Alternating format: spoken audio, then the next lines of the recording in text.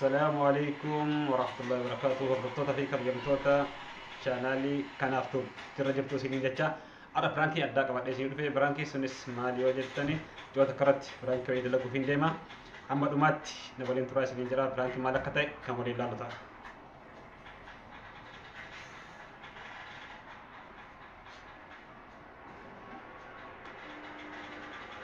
Bilbilaatiin jira. Hello. Assalamualaikum warahmatullahi wabarakatuh. Waalaikumsalam warahmatullahi wabarakatuh. Akkam jirta? Alhamdulillah jirta. Wallah alhamdulillah nagaa kooti. Akkamatti fayyaa keeti? Jira alhamdulillah suke. Masha Allah baga jiraattee siin jedha akkamatti nagaami? Warana baddeetti samoo. Wallahi badeettiniin ture amma jechuun har'a gammachuu wayiitiin qaba beektaa akka malee gammade akka ani itti gammade kanatti asillee immoo kana daraan akka gammadu abdii guddaan qaba. Har'a sarpiraayizii ajaa'ibaa kana qabadhee sii dhufe. Maashaallah maaloo hojii wanti hundi takkatti gabattee naa dhuftee. Waan addaati siin jedha ani jechuun akka har'aa gammadee beeku dhugaa dubbachuudhaaf yoo ta'e.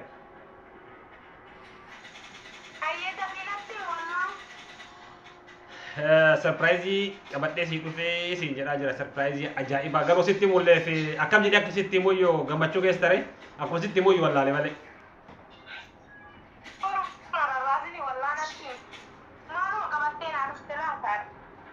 Har'a wanni qabadhee sii dhufe sitti muudhaafis xiqqoo natti ulfaata haa ta'uti garuu natti sitti himuun kiyya dirqama beekta. Maaliif jechuun yoo kasii yaadu taate waan kana sitti himuun jaaladhee osoo hin taane irratti dirqama. Kanaaf sarpiraayiziin ani qabadhee sii dhufellee nama wayiitti sitti na erge. Kanaaf jechuun waan asiin jedhullee akka narraa fudhattullee abdii guddaan qabaa. Namichi illee jechuun anamma jechuun akka telefoonan akkatti namni walitti bilbileetiin wal haasofsiisu kanallee waan akkanallee barbaadu akkuma aadaa keenya kaleessa sanitti mucayyoo jechuun amalis illee qoradheetiin jira. Duraanillee isin nan beektu malee ani ni beeka ture.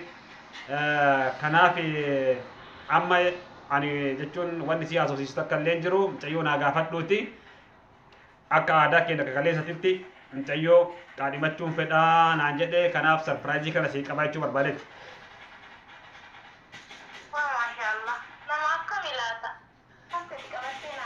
Namni qabadhee si dhufe nama ajaa'ibaati jechuun amma ati biyya namaa teettee dalagitu kana mara keessaa baatee nama qabeenya qabu nama mana hedduu jechuun yoo xiqqaate mana 5-6 qabu ammallee makiinaan isaallee akkasii bakka barbaadde deemuu dandeetta jechuudha. Atamma mana jechuun nama bira teettee mana namaa teetteetiin dalayda ofiifuu jechuun namni baay'ee yoo fi namni baasii qaxareetiin akkasitti mana teettee atuuyyuu dalaysiista. Maashaallaadha nama qabeenya qabu abbaa qabeenyaati. Kanaaf yoo argitee narraa ka fudhattu taate sarpiraayiziin asii qabadheetiin dhufe hunoo kana fakkaataa siin jedha. Maashaallaadha hedduu natti tole garuu hedduun itti gammadde illee immoo daraan kan akka itti gammadu abdii guddaan qaba.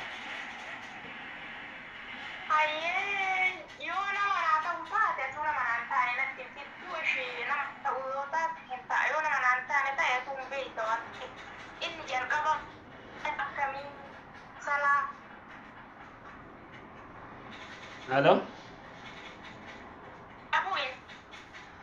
Indagamu maal jettee?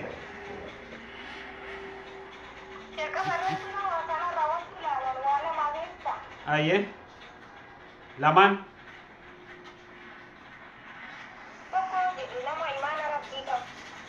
ayyee tokkoffaan nama imaana qabu nama salaatu jechuudha. Ayyee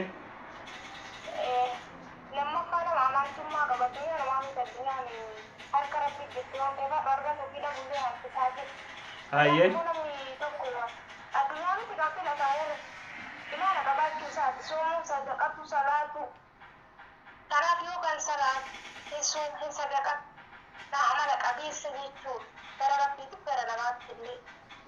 nama ati kana nama kana sadiin qabu osoo itti jechuudha. Nama salaatu nama soommanu nama amantii ofii qabateetiin amantii ofii irratti du'u barbaaddaa jechuudha. Kana kuni beektaa jechuun harka kee jira qajeelchuu dandeettaa. Inni amma jechuun wanni inni waan qabeenya maashaallah dha wal itti gammade qabeenyi isaati salata tamana gaafatte salata salatu beekta salata tamana gaafatte salata salatu anu gaayirtu sitti maamiti salata salatu soomman illee soommanu kanaaf jechuun abbaa qabeenyaati kanaatu yoo itti dabalamtee isin jette waan sirreessuu dandeettu waan salata illee akka salaatu godhuu dandeetta soomman illee akka soomu godhuu dandeetta jechuudha tuyyu rabbi irraa argitee ajrii argatta waan ta'eef yoo isaa kana kanatti gadeebistu taate waan qabeenya maashaallaadha akkasiisin jedha dhugaatii illee jechuun yeroo tokko tokko dhugaatii illee dhugaa sijaaraa hin aarsaa shiisha illee dhuga.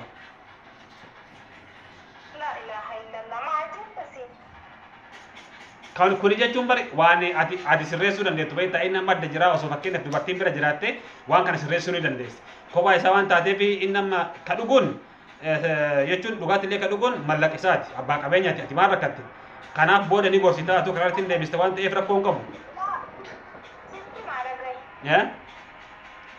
Sitti maadagay. Ayya dhagaa jira. Namni kun hin soomu taanaan hin salaatu taanaan naaf hin ta'u. Hin dhuga taanaan naaf hin ta'u. Maal yoo jette sababni isaa? Ayyee? Gaafa osoo walii naasofne du'uu danda'a. Wakkinatti immoo tuyyuu du'uu dandeessa. Kanaafuu addunyaan harka rabbii jirti. Asirratti nurraa malee nu wajjin akiraan gattu. Nama kana immoo itti dabalamee na wajjin bultii ijaarrattee godhin qajeelan jedhu. Oromoo waan jette dhageesse. Ayyee? Namni ganaman toliin galgalan toluu jedhan. Namni ganaman qajeelin galgalan qajeeluu jedhan. Akkuma sana amma inni kana duran soomne as toluu. Na duran soomne salaanne maal jedhe annama hin jedhamu akka mataa kiyyaatti nama hin jedhu natuu maal akka jettu nama kanaa natti fidde nama qabeenya qabu makiinaa qabu mana qabu mana isaa maalitti godha nama akiraa hin qabne addunyaa isaa barbaadu haraamayyuu narra astoofiruulaa na ammaa jette nama kanaa natti fidde atuutu wallaahi amma keessumatti dhaga'amaayyuu. Laa wallaa jechuun ani beekta duniyaan namni wanni barbaada biyyaa bahu duniyaadha. Duniyaa yoo argattee hin jette inni illee immoo akka salaatu ati illee ni goota waan jedhuufi malee ani beekta waan ibaatti fi miti maashaallaadha bakka barbaade si oofuu danda'a biyyoota akka Awurooppaa biyyoota akka Ameerikaa biyyoota gurguddatti malee isa akka barbaadetti naannofteetiin laaluu dandeessa.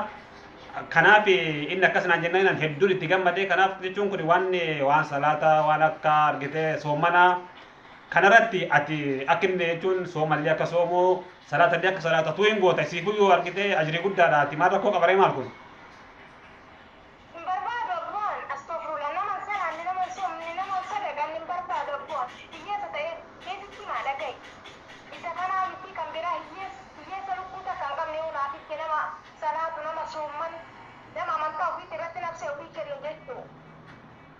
Aye? Eshi si jedhe nama soomanu nama salaatu nama amantaa ofii walumaa galatti nama amantaa ofii irratti siif eshi jedhe lubbuu dhuftu haa qabaatu baatu bakka addunyaa wajjin dalagannee argamsiifna akka kenna lamaan jirtu waan ta'eef kanaaf immoo tuyyuu nama addunyaa qabaa makiinaa isaa kan qile.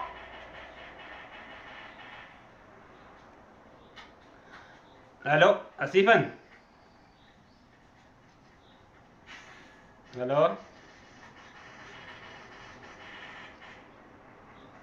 Mirama.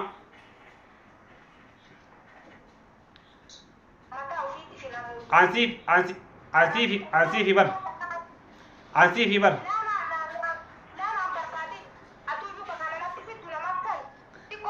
Ansimaaf laaleti malee. Ansimaaf laaleti malee waan ibaati fi miti. Kanaaf. Ayyee dhiifama. Prankida dhiifama ayyee pranki. Pranki si godhe malee. Pranki si godhe dhugaa miti. Laa walla prankida. Dhiifama guddaa. Dhiifama jechuun barnoota namaataa beektaa kun jechuun namaafuyyuu barnoota namni asirraa waa barata. Namni jechuun mallaqa duniyaa laala waan ta'eef kanaaf namni asirraa waan guddaa barata waan ta'eef kun barnoota dhiifama guddaa sin jedha. Dhiifama pirankidha. Dhugaa miti pirankidha sin jedha.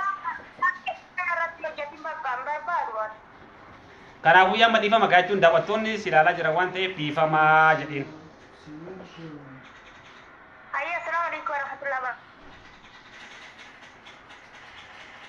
Sagaleen keessi hin dhaga'amu ija citaan Itoophiyaan kenna fakkaate.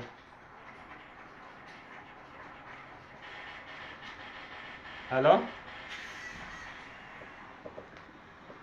Kabajamtoota fi daawwattoota kiyya intarneetii siitii addaan cite kanaaf dhiifamaa jechaatiin jirti dhiifama jette kan jechuun ani asirraa namni waa barata barnoota namaa ta'a jedheetiniin dalagee namni jechuun mallaqa laalee amantii ofii gadhiisee deebi'ee ammallee dhugaatii adda addaa nama dhuguu namoota waan jechuun amantii isaa namoota hin hordofne akkanuma mallaqa laalanii ittiin nama barbaadanitti jechuun nama arganitti duniyaa sagaanii itti heeruman kanaaf barnoota guddaa ta'ee jedheetiniin dalage kanaaf akkasii waan hamma dhumaatti nu daawwattaniif hedduu galatoomaa isiniin jedhaa viidiyoo ibaatii walitti deebinutti assalaamu alaikum